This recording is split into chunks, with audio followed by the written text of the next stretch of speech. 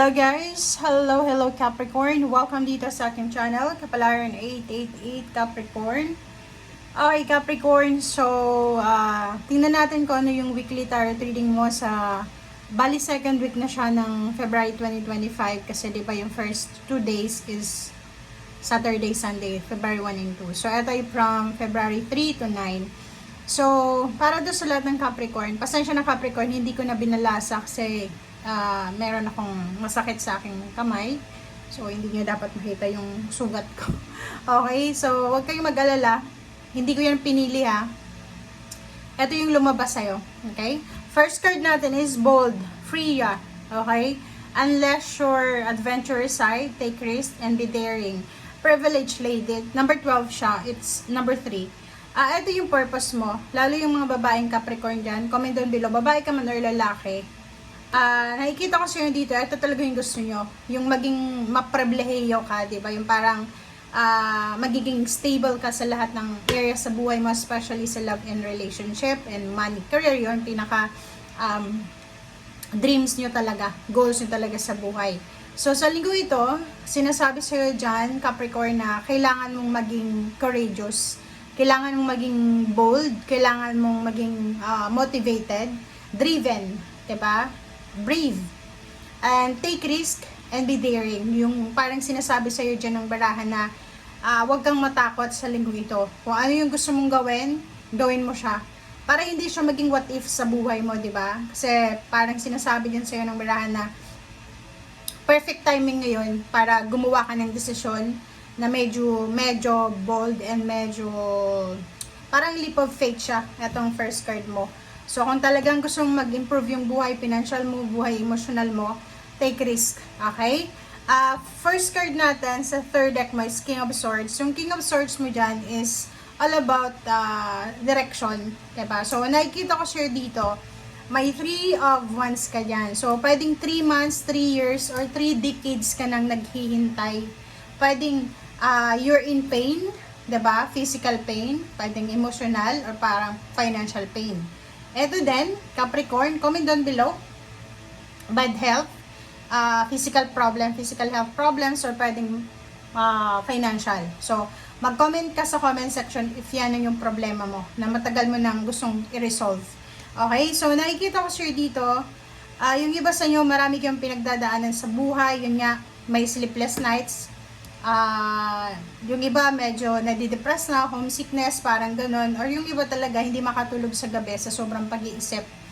Yung iba naman nag-iisip kung saan kukuha ng pambili ng gamot. Yung iba naman nag-iisip kung saan makakakuha ng parang financial support, parang ganun.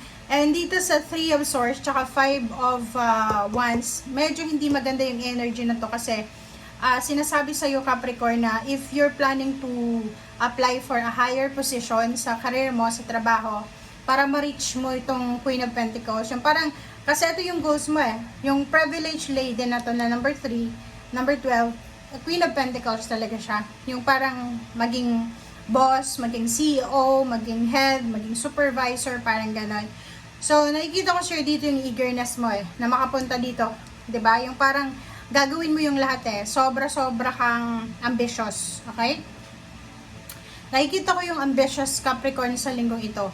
But, mag-iingat ka sa linggong ito kasi pwede kang makasakit ng tao or pwedeng ikaw yung masaktan. Kasi pwedeng ma-involve ka sa mga kompetisyon, pag-aaway, misunderstanding. Pero literal to sa loob ng trabaho ha. Sa loob ng trabaho, pwedeng may masabi kang hindi maganda, na makasakit ka ng ibang tao. Or pwedeng ikaw yung masaktan dahil siguro pareho kayong, like, for example, magkaibigan, pareho kayo ng posisyon na gusto nyong applyan. So, parang talo-talo na yung energy na to. Mag-iingat kayo sa linggong ito. Okay? 3 of Pentacles. Nakikita ko dito yung partnership, collaboration in terms of money.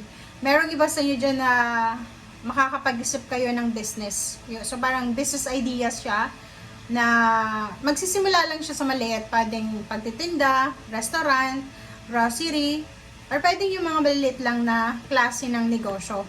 Nakikita ko rin yung iba na pwedeng nagpaplanong magpatayo ng bahay, yung iba gusto mag-travel sa ibang country, or sa buong Pilipinas, and naghahanap siya ng kasama niya, or pwedeng naghahanap siya ng taong pwedeng makapagbigay sa kanya ng talagang impormasyon dyan sa gusto niyang puntahan. Okay?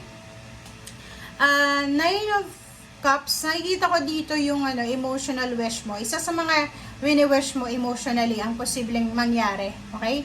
So, pwedeng tungkol ito sa relationship, pwedeng tungkol ito sa asawa mo, boyfriend, girlfriend, sa anak, apo, magulang, kapatid. Kung nasan ka man dyan, dito sinasabi na isa sa mga emotional wishes mo ang posibleng mangyari sa linggong ito. So, parang sinasabi na maraming mga parang mixed emotion tong linggong ito. Maraming away, competition, yung iba hindi makatulog, yung iba may pinoproblema sa pera, pero sa emotional mong pamumuhay, kung makikita mo tong Nine of Cups, sinasabi na you are satisfied, you are happy, you are contented sa emotional mo. In the coming days or years or months, nakikita mo dito yung Page of Wands, 'di ba? Yung halimbawa sa ngayon, kung ano tong gusto mong gawin, kung ano tong na gagawin mo dito, bold decision na gagawin mo, sinasabi sa'yo dito na posibleng magdala yan sa'yo in the future. Pwedeng November, December this year, or pwedeng pinakamatagal na dito guys, 11 years 11 years, 12 years from now. So nakikita ko sa'yo dito na posibleng yung future mo ay maganda, 'di ba? So parang napipredict mo dito, it's a prediction of your future na financially pwedeng maging stable ka, makakaipon ka ng pera, uupo ka na lang, wala ka nang gagawin, parang ganon. If business itong sisimulan mo, magkakamal ka dito ng limpak-limpak na salapi. If naman promotion, trabaho, ganyan ganito. So nakikita mo dito yung Queen of Pentacles. But warning lang to warning lang to. Maging aware ka na yung posisyon na gusto mo ngayon ay maraming nagkakagusto dyan. Okay? Hindi lang ikaw. So, maging attentive ka kasi pwedeng masaktan ka or makasakit ka ng ibang tao. Okay? And yung King of Swords na to, resonated siya dito sa Freya natin na sinasabi na talagang gusto mo nang makaalis sa buhay na hindi maganda, buhay na taghirap, pain, lahat ng heartaches. So, nakikita ko siya dito na makakatagpo ka ng mga like-minded individuals, mga connection, mentor, na pwedeng makatulong sa'yo, Capricorn, para makamit mo to. Kasi ito yung focus mo eh. Okay, comment down below, Capricorn, kasi lahat kayo yung pinofocus nyo dito is financial. Ginagawa, like yung iba, nag-aaral ng additional skills dahil gusto nilang mas tumas yung sweldo nila, posisyon sa trabaho. Yung iba din, ginagawa nila yung best nila para ma-promote sila. Yung iba din, nagtitipid. Yung iba din, maraming mga sidelines para makaipon ng pera. Basta yung focus mo dito is maging financially stable ka. Okay? So, thank you guys for watching. Bye!